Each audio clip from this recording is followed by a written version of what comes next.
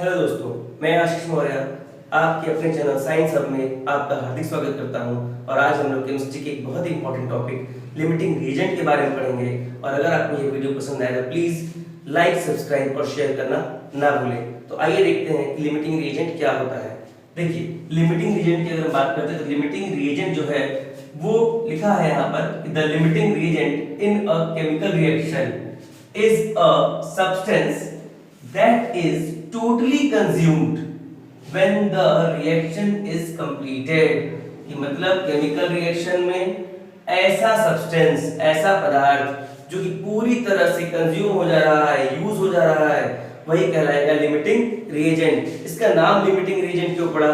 तो इसका नाम लिमिटिंग रिएजेंट इसलिए पड़ा है क्योंकि यही वह ऐसा पदार्थ है जो बनने वाले प्रोडक्ट के अमाउंट को लिमिट करता है या बनने वाले प्रोडक्ट के अमाउंट को डिटरमाइन करता है। आइए देखते हैं कैसे। एक एग्जांपल लेते हैं। मान लेते हैं कि कोई एक सब्सटेंस ए है और ये सब्सटेंस ए जब सब्सटेंस बी से रिएक्ट करता है तो सब्सटेंस ए बी बनता है।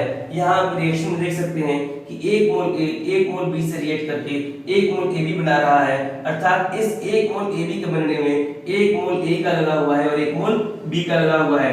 अब यहाँ पर अगर मान लीजिए हमारे पास 10 मोल ए पड़ा हुआ है, 5 मोल बी पड़ा हुआ है, तो जब अभिक्रिया संपन्न होगी तो क्या होगा कि अभिक्रिया के पूरा होने पर ये 5 मोल ए 5 मोल बी से मिलकर के क्या बनाएगा? 5 मोल ए बी बना देगा। और इस तरह से हमारा बी का जो 5 मोल है वो पूरी की पूरी तरह से इस अभिक्रिया में पूरी तरह से यूज हो जा रहा है, जबकि ए के 5 मोल बचे रह जा रहे हैं। तो चूंकि बी के 5 मोल पूरी तरह से यूज हो गए, इसलिए बी ही हमारा क्या होगा? लिमिटिंग रिएजेंट होगा, एलआर होगा। ठीक है, तो दोस्तों आपको उम्मीद करता हूं कि समझ में आया होगा। दोस्तों हम लोग अब लिमिटिंग रिएजेंट के ऊपर एक सवाल देखते हैं। इस सवाल में अगर लिमिटिंग रिएजेंट के ऊपर आता है तो हम उसे किस तरह से सॉल्व करेंगे। आइए देखते हैं। सवाल है, क्वेश्चन है यहाँ पर, 1 mole aluminium react with 3 mole of Cl2 in following ways. कि 1 मोल एल्युमिनियम जो है वो रिएक्ट करता है 3 मोल Cl2 से जिस तरह से 2Al + 3Cl2 एरो 2AlCl3।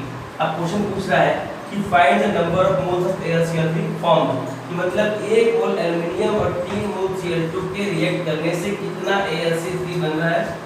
फिर पूछता है how many moles of Cl2 remains after reaction.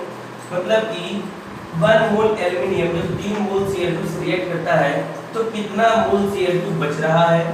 और इस रिएक्शन में name of the limiting reagent, limiting reagent क्या है। तो हमारा ये रिएक्शन है लिखा हुआ है। अब देख रहे हैं कि 2 मोल एल्युमिनियम 3 मोल से रिएक्ट करता है, अब बना 2 मोल AlCl3। इसका मतलब ये हुआ कि एल्युमिनियम के 2 मोल से अभिक्रिया करने के लिए क्लोरीन के 3 मोल की आवश्यकता होती है और क्या बनता है 2 मोल AlCl3। लेकिन हमारे क्वेश्चन में लिखा हुआ है कि एल्युमिनियम का सिर्फ 1 मोल है और क्लोरीन के हमारे कितने मोल दिए गए हैं? क्लोरीन के 3 मोल दिए गए हैं। ठीक है, तो कितना AlCl3 बन रहा है हमें यही मालूम करना है। तो अगर हम समीकरण इससे देखें, इस समीकरण से तो हम पाते हैं कि 2 मोल एल्युमिनियम रिएक्ट करता है, reacts with 3 mole of Cl2, 3 moles of Cl2। मतलब कि यहाँ इक्वेशन से 2 मोल एल्युमिनियम 3 मोल Cl2 से रिएक्ट करता है। तो 1 mole of aluminium reacts with 1 mole aluminium होगा वो रिएक्ट करेगा 3/2 मोल ऑफ Cl2 से, अर्थात 1.5 मोल Cl2 से रिएक्ट करेगा। अब यहाँ देखिए पहला क्वेश्चन पूछ रहा है find the number of mole of AlCl3 form. तो यहाँ से देखते हैं कि जब 2 मोल एल्युमिनियम यूज हो रहा था तो 2 मोल AlCl3 बन रहा था।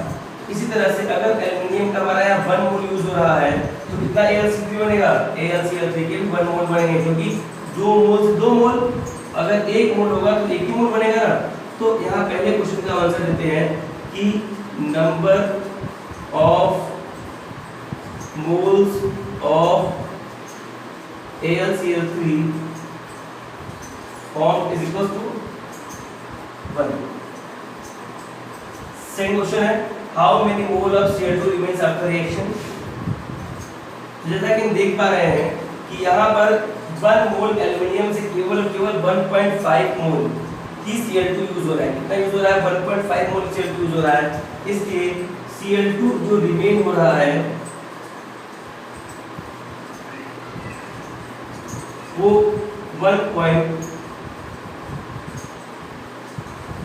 3.0 में से 1.5 माइनस करेंगे, 1.5 मोल Cl2 केवल बचा रह जाएगा। और तीसरा पूछना है कि limiting region, name of the limiting reason.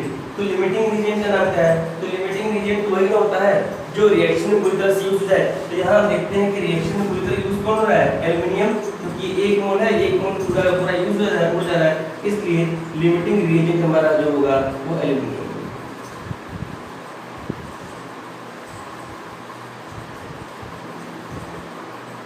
एक बार रिपीट कर लेते हैं। क्वेश्चन में पूछा जा रहा है कि 1 mole aluminium react with 3 mole of Cl2 in the following ways. तो यहाँ देख रहे हैं 2 एल्युमिनियम रिएक्ट कर रहा है 3 मोल से, हमारा रहा है 2 मोल AlCl3। बोल रहा है find the number of moles of AlCl3 formed. आइए देखते हैं। और दूसरा क्वेश्चन पूछ रहा है how many moles of Cl2 remains after reaction. तीसरा पूछ रहा है name of the limiting reagent. 3 question है। तो पहले देखते हैं कि रिएक्शन किस तरह से हो रहा है। तो 2Al + 3Cl2 इज 2AlCl3, मतलब 2 मोल एल्युमिनियम मिलके 3 मोल Cl2 से मिलकर के 2 मोल AlCl3 बना रहा है। तो भैया 1 मोल अगर आप एल्युमिनियम लेंगे तो 3 मोल से अभिक्रिया करके कितना AlCl3 बनाएगा। पहले तो ये देख लें।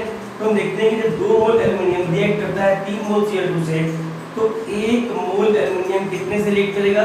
रिएक्ट करेगा 3/2 मोल of Cl2, that means 1.5 mole of Cl2 से।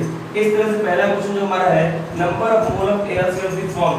देखिए जब 2 मोल एल्युमिनियम था 2 मोल AlCl3 बन रहा था। तो अगर 1 मोल एल्युमिनियम है तो AlCl3 का भी 1 मोल बनेगा। इसलिए हमारा आंसर क्या होगा? 1 मोल। दूसरा है कि Cl2 रिमेन्स। देखिए यहाँ पर हम देख रहे हैं कि 1 मोल एल्युमिनियम केवल 1.5 मोल Cl2 से ही रिएक्ट कर रहा है, इसलिए जो Cl2 बचा होगा वो 3 - 1.5 = 1.5 मोल Cl2 रिमेन्स। लिमिटिंग रीजन की बात कर ले, चूंकि इस पूरे रिएक्शन में 1 मोल एल्युमिनियम जो था वो पूरा का पूरा यूज हो जा रहा है, इसलिए हमारा लिमिटिंग रीजन एल्युमिनियम होगा। दोस्तों मैं उम्मीद करता हूँ कि आपको मेरे द्वारा बताए गए क्वेश्चंस समझ में आए होंगे, कॉन्सेप्ट समझ में आए होंगे। अब चलता हूँ